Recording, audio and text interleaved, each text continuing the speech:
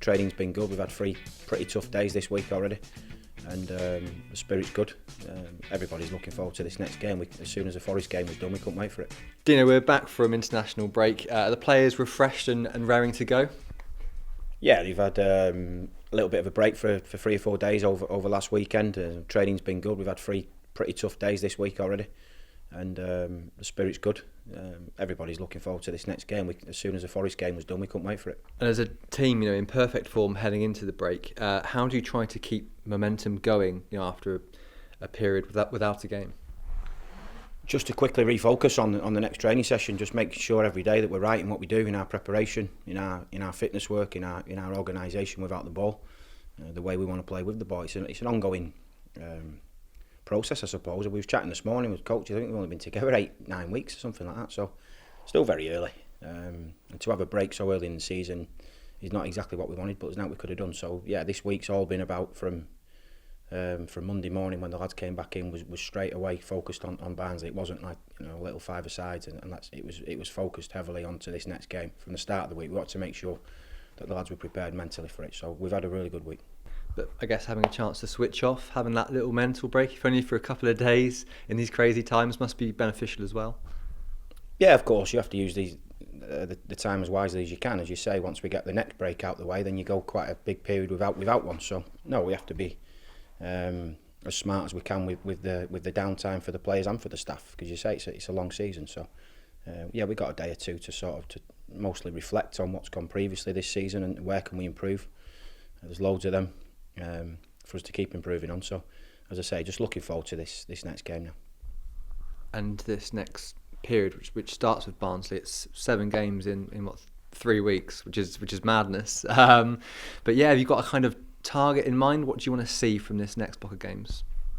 We want to continue the momentum that we've built. We want to, of course, keep getting good performances, which hopefully and ultimately should end up in good results for us. We focus on the performance as much as we can.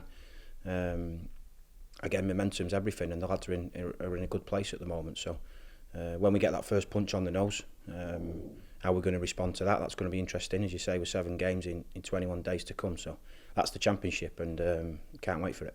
Barnsley next, yet to pick up points in the league, but similar to Nottingham Forest, and we saw the fight that they came back with. You're expecting another tough test on Saturday?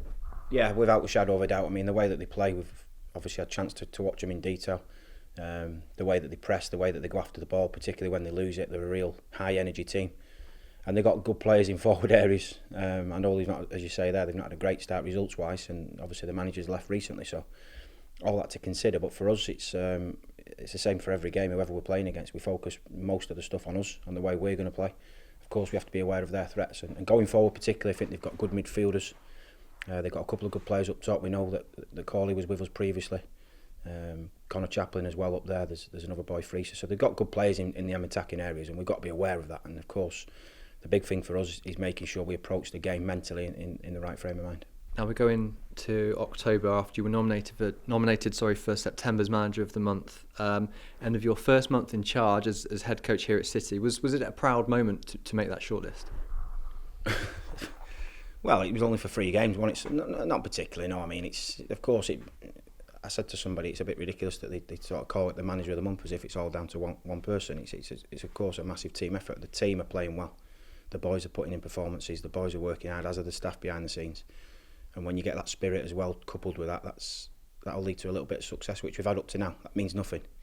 The only one prize I'm interested in is the one at the very end of it. But of course, if you're getting nominated, it means that the team are doing well. But when you look back at the end of that first month of matches, what would you say you've learned about yourself, about the squad, and how will that help you moving into this next block of games? Learning every day about the players, putting them into situations that they might be uncomfortable with in training to try to see how they react to things, trying to preempt where the season's going to pan out in certain games.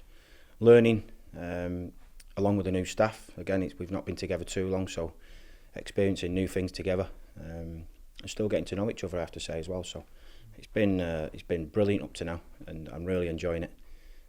But it's all coming down now to this next game, and that's all the focus.